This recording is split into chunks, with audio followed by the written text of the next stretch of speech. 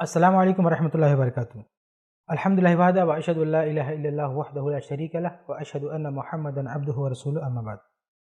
ایک سوال ہے کہ کیا بیوی کے زیورات پر شوہر کی ملکیت ہوتی ہے؟ سوال یہ ہے کہ بیوی کے پاس جو اپنے زیورات ہیں، کیا ان زیورات کا مالک شوہر ہوتا ہے؟ کیا وہ شوہر کا مال مانا جاتا ہے؟ تو دیکھیے، یہاں پہ دو شکل ہو سکتی ہے۔ ایک تو یہ کہ شوہر نے کچھ زیورات خریدے ہیں اور بیوی کو پہننے کے لیے دیا ہے، اس کو ہبہ نہیں کیا ہے، اس کو گفٹ نہیں کیا ہے، بس اسے پہننے کے لیے دے دیا ہے، تو ظاہر ہے کہ یہ شوہر کے ہوں گے۔ لیکن اگر شوہر نے زیورات خرید کے دے دیا ہے، بیوی کو ہبہ کر دیا ہے، گفٹ کر دیا ہے، تو یہ زیورات بیوی کے ہو گئے۔ اب ان پر شوہر کی ملکیت باقی نہیں ہے۔ ہبہ میں ملکیت ختم ہو جاتی ہے۔ ایک آدمی کوئی بھی چیز کسی کو ہبہ کرے، گفٹ کرے، تو وہ چیز جب اس تک ٹرانسفر ہوئی، اس تک گئی، تو اس کی ملکیت ختم ہو جاتی ہے، سامنے والا اب اس چیز کا مالک ہو جاتا ہے۔ تو ایسے ہی اگر بیوی کو دے دیا ہے شوہر نے زیورات، تو وہ بیوی کے ہو گئے۔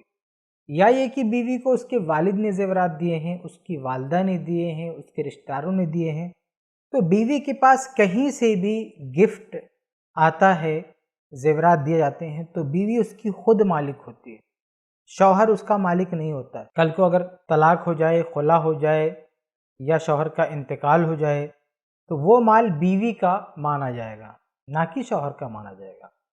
جیسے شوہر اگر انتقال کرتا ہے، کسی بھی فیملی میں شوہر کا انتقال ہوتا ہے، تو اس کا جو مال ہوتا ہے وہ بڑھتا ہے بچوں میں، تو اس کا جب مال بانٹیں گے تو اس میں اس کی بیوی کے زیورات ایڈ نہیں کریں گے، کیونکہ یہ مال شوہر کا نہیں ہے، بیوی کا ہے۔ تو یہ غلط فہمی ہے۔ اگر کسی کی نظر میں ایسی کوئی بات ہے، کسی کے دماغ میں ایسی کوئی بات ہے، کوئی ایسا سوچ رہا ہے کہ بیوی کے پاس جو کچھ زیورات ہے وہ ہمارا ہے، ہم اس کے مالک ہیں، جب چاہیں لے لیں، جب چاہیں بیچ دیں، جو چاہے کریں، تو یہ غلط بات ہے۔ بیوی کا مال اس کا اپنا مال ہے، اس کے مال پہ شوہر کا حق نہیں ہے، شوہر اس پہ قبضہ نہیں جما سکتا، نہ زندگی میں نہ مرنے کے بعد۔ یعنی زندگی میں وہ چھین نہیں سکتا، لے نہیں سکتا زبردستی۔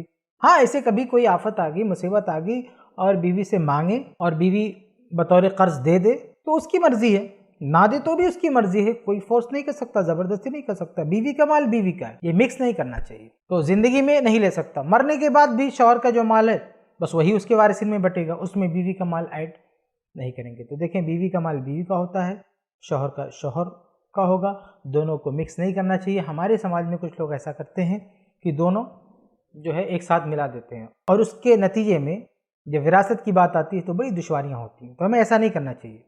بیوی کا اکاؤنٹ الگ ہونا چاہیے، شوہر کا اکاؤنٹ الگ ہونا چاہیے، دونوں کا حساب کتاب بالکل الگ ہونا چاہیے، بالکل کلیئر ہونا چاہیے، شوہر کا مال ہے، بیوی کا مال ہے۔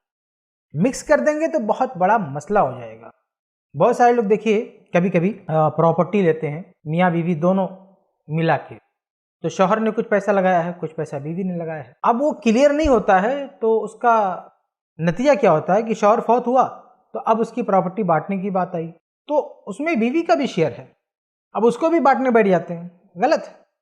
جو بیوی کا ہے اس کو الگ کرنا پڑے گا، اس کو نکالنا پڑے گا۔